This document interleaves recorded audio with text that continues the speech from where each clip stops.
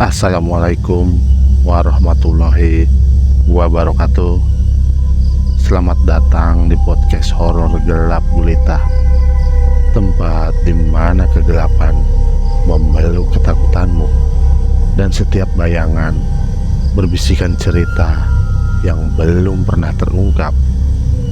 Malam ini kita akan menyusuri kisah yang mampu membuat bulu kudukmu berdiri, janda dan jantungmu berdebar tak karuan. Judul kita kali ini adalah Jejak Gaib Alam Merapi, karya Dio Seta. Bagi yang ingin baca langsung ceritanya, saya lampirkan linknya di kolom deskripsi ya. Oke, langsung saja, tanpa berlama-lama, bersiaplah. Karena dalam kegelapan ini mungkin saja kita tidak sendirian. Tutup pintu, mematikan lampu, dan biarkan dirimu terhanyut dalam kengerian yang akan segera menghampirimu. Mari kita mulai.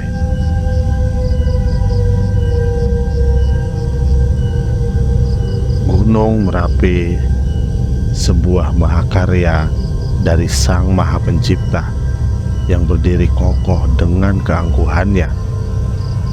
Ini kedua kalinya aku mencoba menaklukkan gunung ini, setelah sebelumnya aku gagal karena sebuah gangguan yang membuatku tersesat ke sebuah desa. Ketika mendengar rencanaku untuk mendaki Gunung Merapi sekali lagi, Rama dan Yanto memaksa untuk ikut menemaniku. Mereka merasa bertanggung jawab membawa aku ke puncak gunung ini. Danan, nih pegang. Sebuah HP dan handphone satelit diserahkan oleh Rama kepada aku. Oh, foto iki, niat banget kalian? Tanyaku yang sedikit heran. Wis, pegang aja. Kamu kan sensitif. Jadi ya kalau amit-amit terjadi apa-apa, kita nggak akan kehilangan kamu lagi. Lihat nih, aku sama Rama juga pegang. Ucap Rama meyakinkanku. Wah, perhatian banget kalian. Tenang aja, aku udah semakin memperdalam ilmu batin. Harusnya kali ini tidak ada halangan yang berarti. Balasku, mencoba menenangkan mereka berdua. Iyo, kita percaya kok. Tapi dari kejadian dulu kami belajar, tidak satupun gunung yang bisa diremehkan. Semudah apapun pendakiannya, kita harus bersiap sesuai prosedur, jelas Yanto. Kami tidak memperpanjang pembicaraan kami dan segera melakukan registrasi di pos dan mulai memasuki jalur pendakian. Terlihat juga beberapa pendaki sudah memulai pendakian mendahului kami. Sepanjang awal pendakian kami membicarakan tentang masa lalu semasa kuliah. Ternyata walaupun sudah berpisah, mereka masih sering janjian untuk melakukan pendakian. Namun sudah tidak se ekstrim dulu. Selangkah demi selangkah kami lalui. Kondisi jalur pendakian Gunung Merapi memang didominasi dengan jalan menanjak dan bebatuan. Kami sampai di shelter pertama saat maghrib. Walaupun belum terlalu lelah, kami tetap berhenti untuk menyempatkan waktu beristirahat dan menunaikan kewajiban kami sebagai makhluk ciptaan yang maha kuasa. Matahari mulai terbenam, langit pun mulai terlihat gelap. Kami melanjutkan perjalanan dengan penerangan dari lampu senter. Selama perjalanan tidak ada halangan.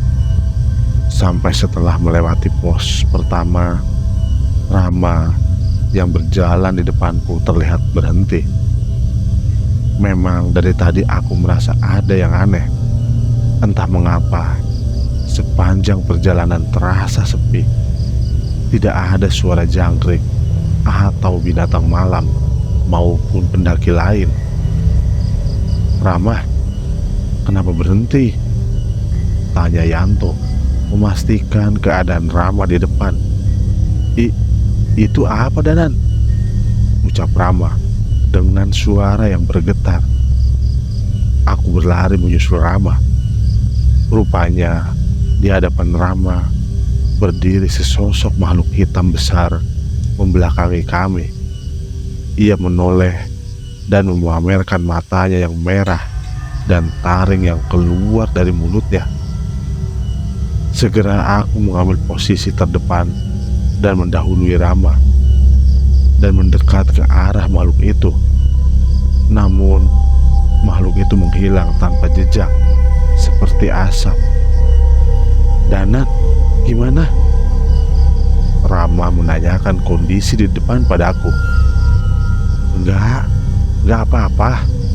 Mungkin cuma penunggu hutan ini," jawabku, yang memang belum tahu persis tentang apa yang aku lihat.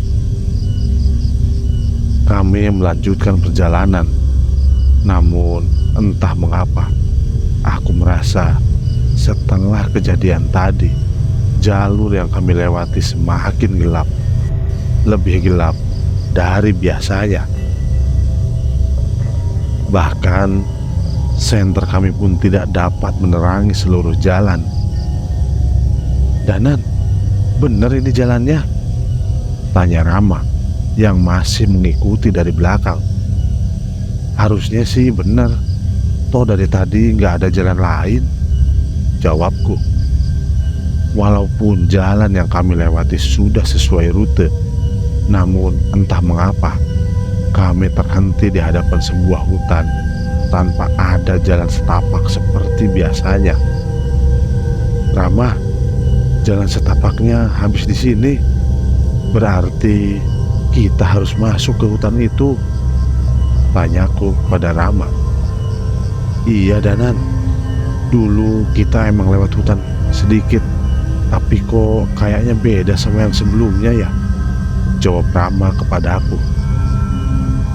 "Ya sudah, gantian aku di depan. Mungkin aja aku ingat." Yanto menawarkan diri untuk berjalan di depan memandu kami.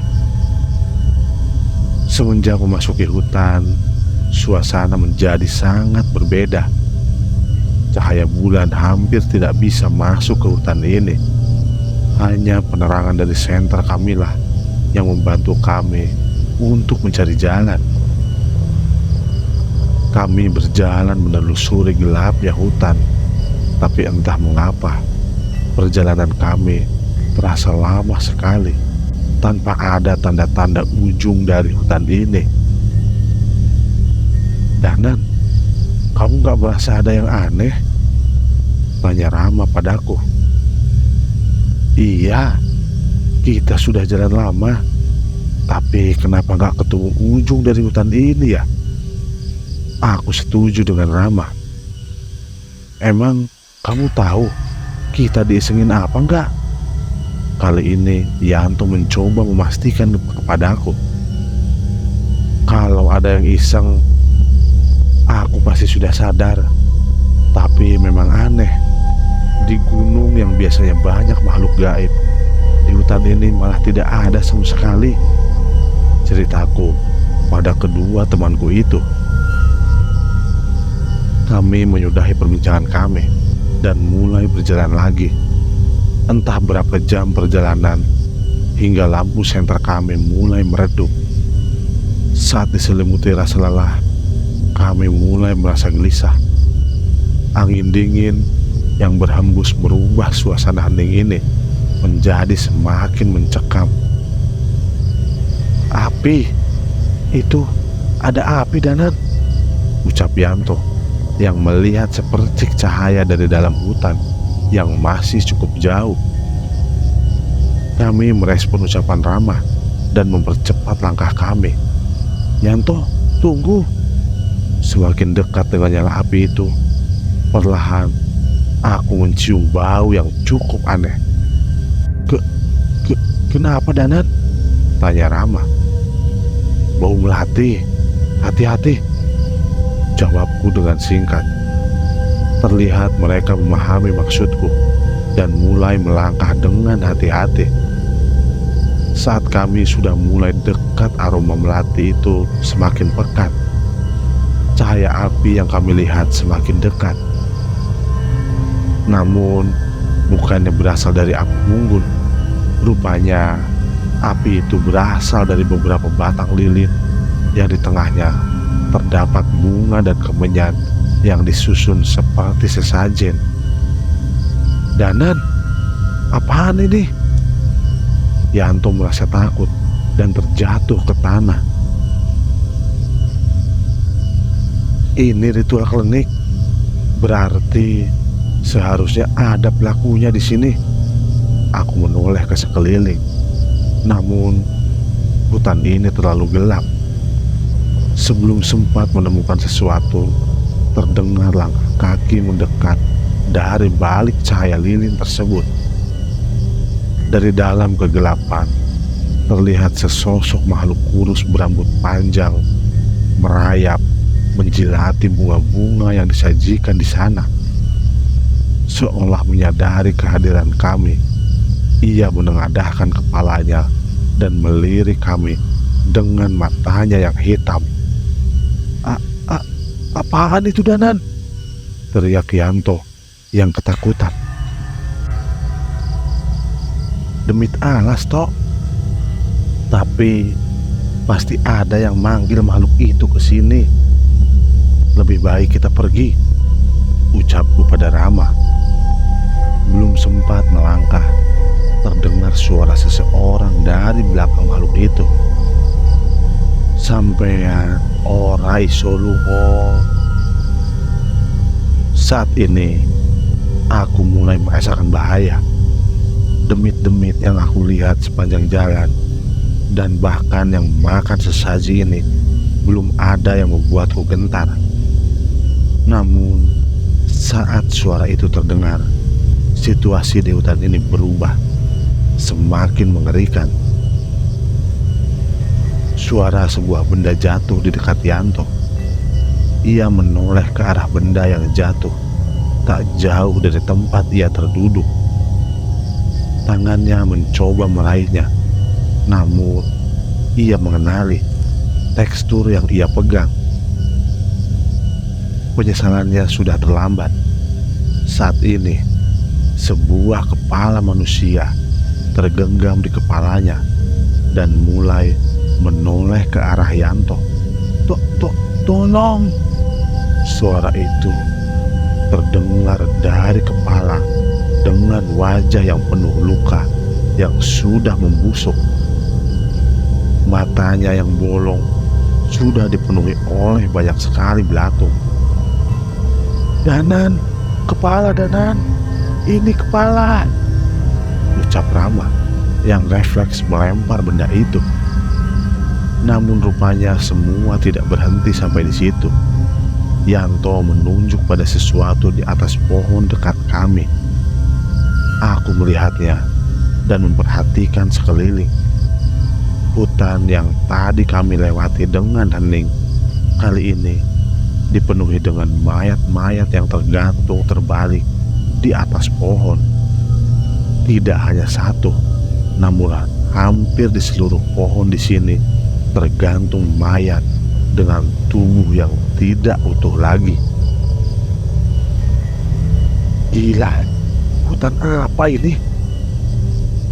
Aku berusaha tetap tenang sambil mencoba membacakan ayat-ayat suci dan mantra pelindung untuk melindungi kami dari niat jahat makhluk di sekitar kami.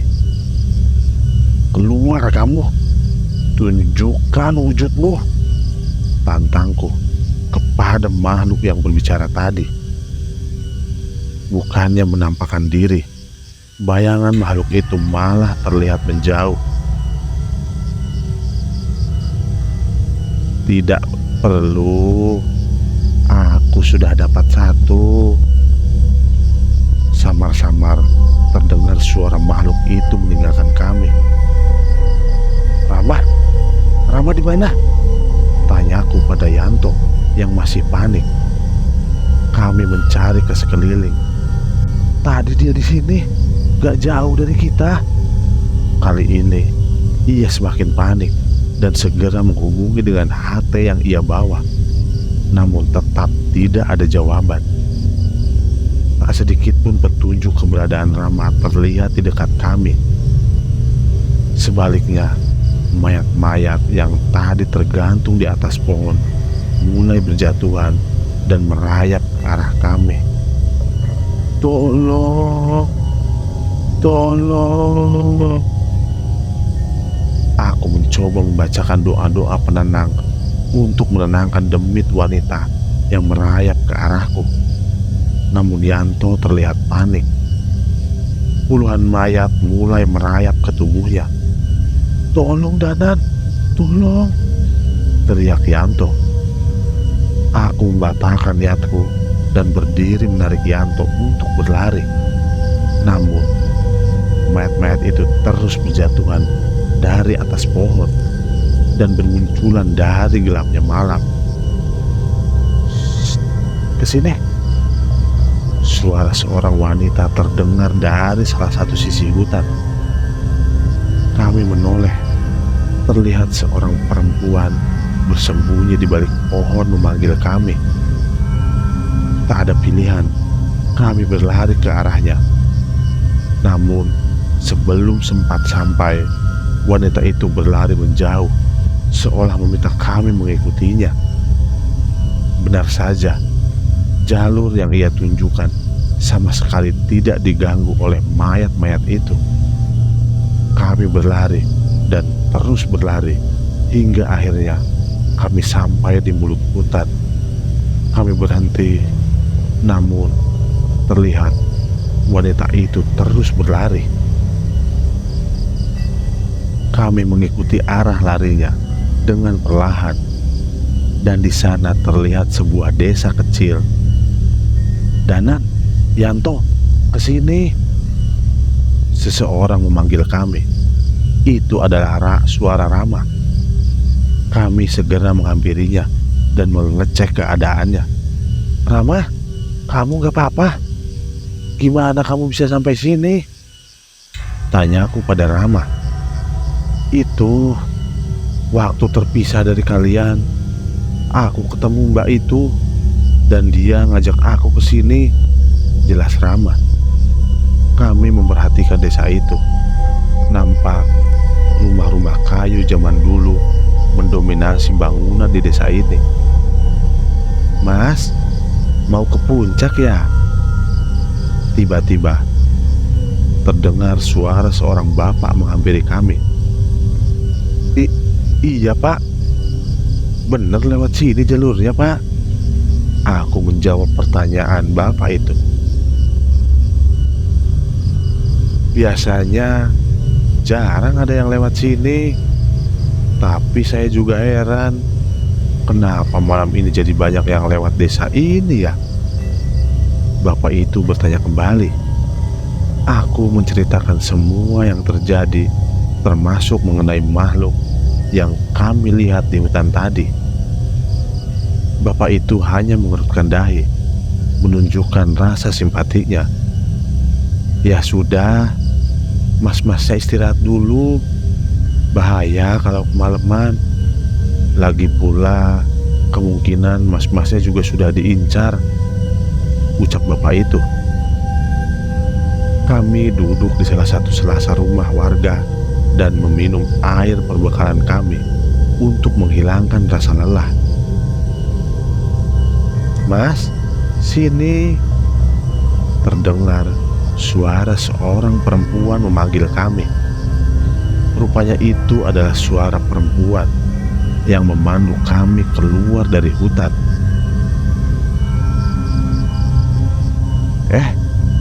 Mbak, tadi terima kasih ya sudah membantu kami keluar dari hutan, ucap Rama membuka pembicaraan.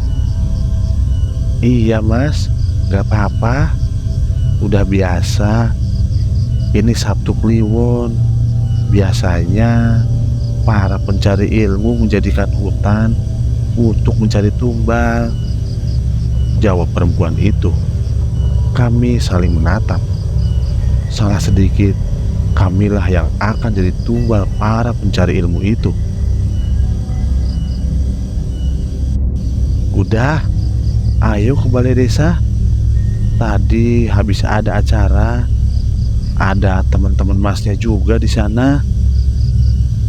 Setelah berbicara, wanita itu segera memandu kami menuju balai desa. Benar, di sana terlihat para pendaki yang tadi sudah berjalan mendahului kami. Mereka sedang berbincang dengan beberapa warga desa sambil menikmati suguhan yang disajikan warga. "Monggo mas, istirahat dulu di sini," ucap salah seorang warga desa yang menyambut kami. "Nje pak, matur nuwun." Kami segera mengambil posisi duduk seadanya di sekitar warga itu. "Bu, ini ada tamu. Mbok yo disuguhin apa gitu?" perintah orang itu kepada istrinya. "Sudah pak, gak usah repot-repot. Kita sudah bawa perbekalan kok," ucapku kepada bapak itu. "Alah, gak repot kok. Tadi juga habis ada acara banyak makanan yang sisa kok," ucapnya. Kami melihat sekitar. Memang terlihat ada panggung dan alat musik tradisional di sana, seolah selesai mengadakan acara. Mataku berpandangan dengan pendaki yang sudah datang duluan dan mengangguk sekedar memberi salam. "Habis ada acara apa tuh pak?" tanyaku penasaran. "Biasa, pementasan tari. Hampir setahun 2 kali kami mengadakan pementasan ini," jelas bapak itu.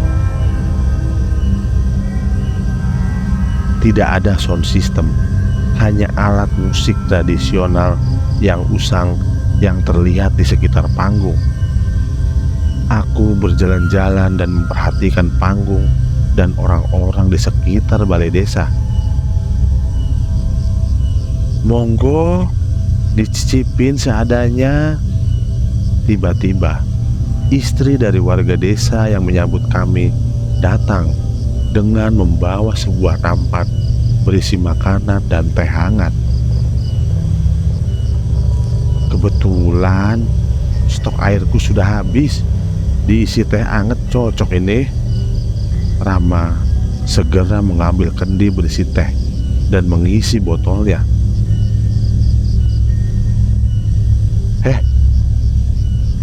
"Yang sopan kamu," ucap Yanto sambil memukul lengan Rama yang dengan cepat dihindari oleh Yanto.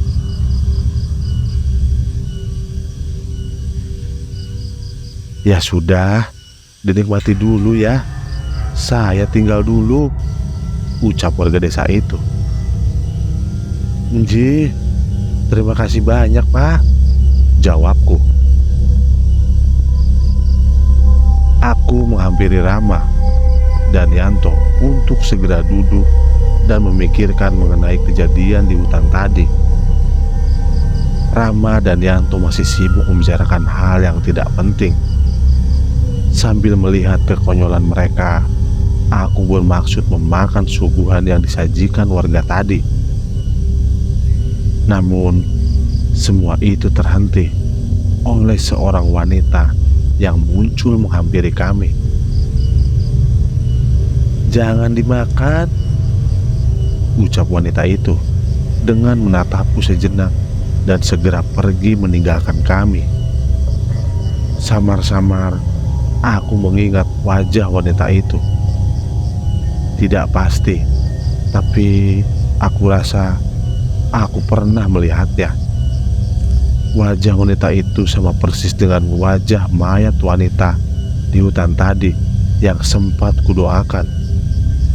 Rama, Yanto, kita pergi dari sini. Kali ini aku yakin ada yang tidak beres juga dengan tempat ini. Kenapa emang Danan? Kita istirahat dulu lah, ngemil dulu sedikit, ucap Rama sambil mencoba mengambil kue yang disuguhkan. Aku segera menepuk tangannya hingga kue itu terjatuh dari tangannya. Udah, nurut aja. Kali ini aku memaksa menarik mereka dan mengenakan ransel kami masing-masing. Kami berjalan dengan cepat ke arah yang berlawanan dengan hutan. Melihat kepergian kami, warga tadi segera menghampiri kami. "Lah mas, mau kemana? Kok buru-buru?" tanya bapak itu. "Maaf pak, kami harus segera mengejar puncak sebelum fajar," jawabku. "Istirahat dulu mas, santai dulu, ngemil dulu, nanti masih ada pementasan lagi," ucap bapak itu. "Pementasan apa tuh pak? Malam-malam begini?" tanya Rama penasaran. "Biasa, penyambutan warga baru. Tadi sudah. Harusnya habis ini masih ada tarian lagi. Itu mbaknya sudah siap." Bapak itu menunjuk ke arah perempuan yang menuntun kami ke desa. Namun kali ini ia sudah berdandan cantik dengan pakaian penarinya. Tanpa banyak bicara, aku menarik Rama dan Yanto, memaksa mereka untuk pergi. "Ngapunten ya pak, teman kami sudah kebelet," teriak Rama yang mengikutiku dengan terpaksa. Sepanjang perjalanan aku membacakan doa-doa dan ayat suci. Kami berjalan sambil sering mengabsen 1-3 agar tidak ada lagi yang tertinggal atau malah bertambah. Setelah lama berjalan, akhirnya kami sampai di jalur yang dikenal. Terlihat juga beberapa pendaki lain di depan kami. "Danan, udah aman nih. Jelasin ke kita, kenapa tadi buru-buru?" tanya Yanto yang masih penasaran. "Tadi itu hampir aja. Itu desa gaib. Kalau tadi kalian makan makanan yang disuguhin, bisa-bisa kalian gak bisa keluar dari desa itu," ceritaku kepada mereka. "Yang bener kamu Danan, gak mungkin. Tadi aja ada pendaki lain yang bareng kita kan?" protes Rama yang mulai terlihat pucat.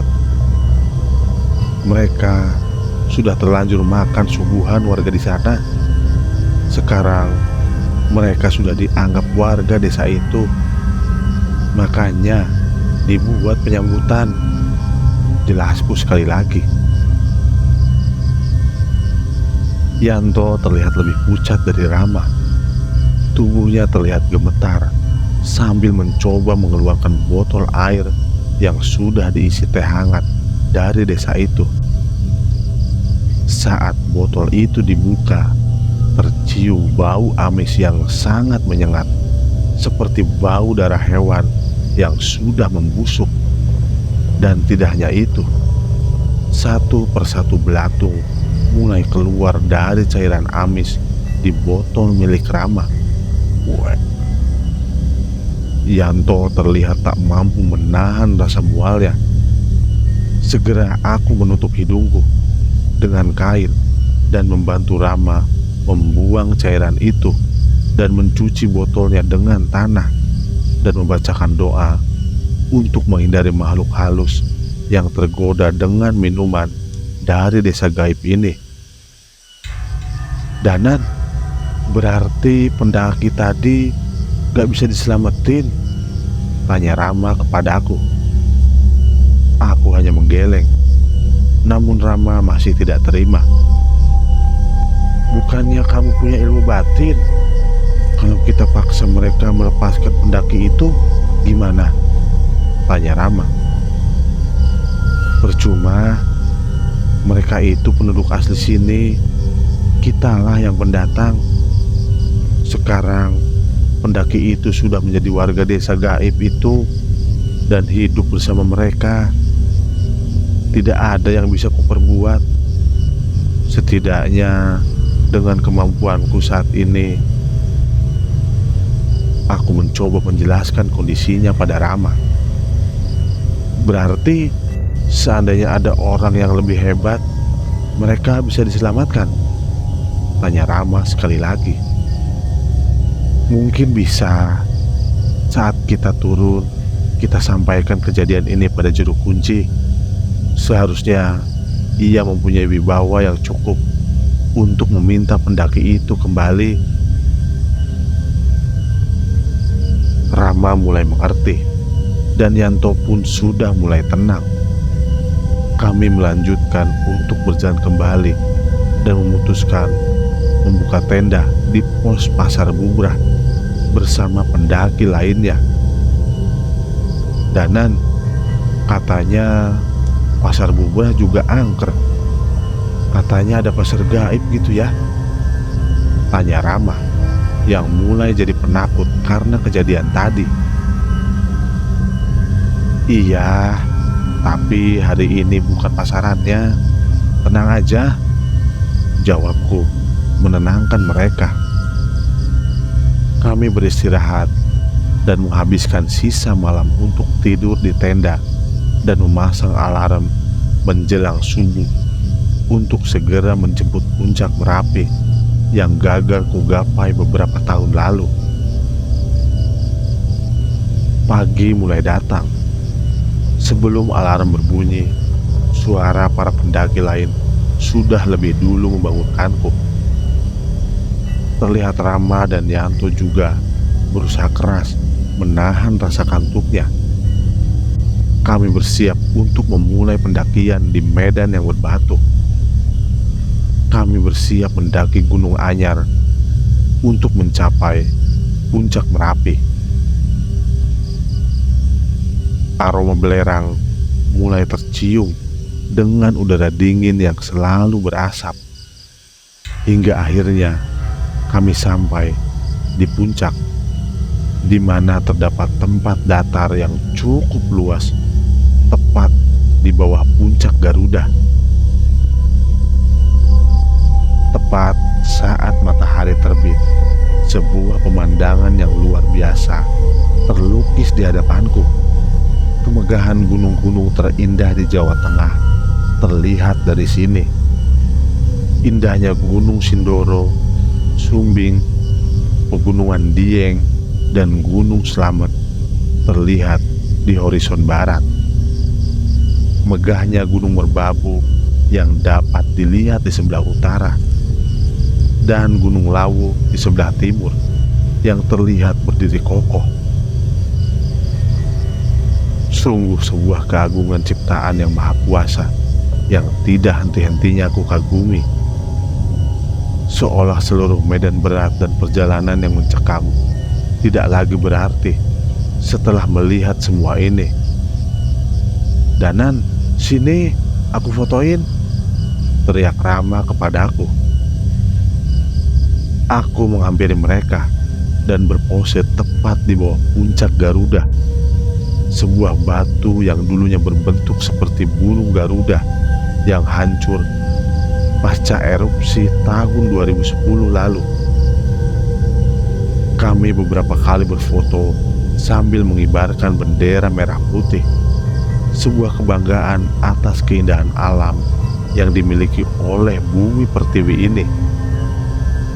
Ram, nanti fotonya cetakin yang banyak ya, pintaku pada Rama. Buat apaan? Sejak kapan kamu jadi narsis begitu? Tanya Rama yang penasaran. Mau aku kirim ke kenalanku di desa Windu Alit? Mereka yang nolongin aku waktu dulu gagal kesini, jelasku pada Rama. Rama mengerti dan mengangguk tanpa bertanya lagi. Setelah puas beraktivitas di puncak, kami segera turun mengikuti alur pendaki lainnya. Dengan jalur yang terang, hampir tidak ada halangan untuk melewati jalur turun. Sesuai rencana kami mampir ke pos registrasi dan menceritakan kejadian kami di desa gaib. Rupanya, kejadian ini pernah terjadi beberapa kali. Beberapa fotokopi KTP ditunjukkan kepada kami untuk mengidentifikasi pendaki yang kami ceritakan. Kami menunjukkan yang kami ingat, dan apabila 1 kali 24 jam pendaki itu tidak kembali, mereka akan meminta tolong juru kunci untuk mencarinya. Baru saja mendapat sinyal, suara handphoneku berbunyi. "Woi Danan, dengan di kowe? Susah banget ditelepon." Itu adalah suara Cahyo, rekan kerjaku di pabrik gula milik Pak Lekku. "Hehe, di Merapi, orang enek sinyal. Maaf ya," jawabku pada Cahyo. "Merapi? Ngilmu opo meneh kowe?" tanyanya dengan heran. "Halah, ora. Iki lho, bareng konco-koncoku kuliah." "Yo wis, nek wis beres ndang balik, cepet balik. Ini di pabrik gula ada masalah lagi. Aku sama Pak Le butuh bantuan," jelas Cahyo.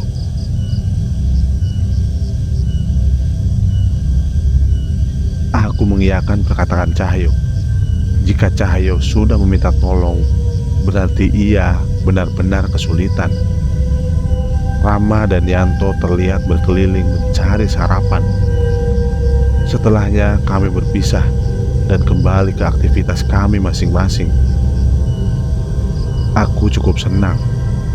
Setidaknya, walaupun cukup sibuk, mereka rela menyempatkan waktu untuk memanduku ke indahnya puncak Gunung Merapi yang tidak akan pernah mungkin kulupakan. Selesai.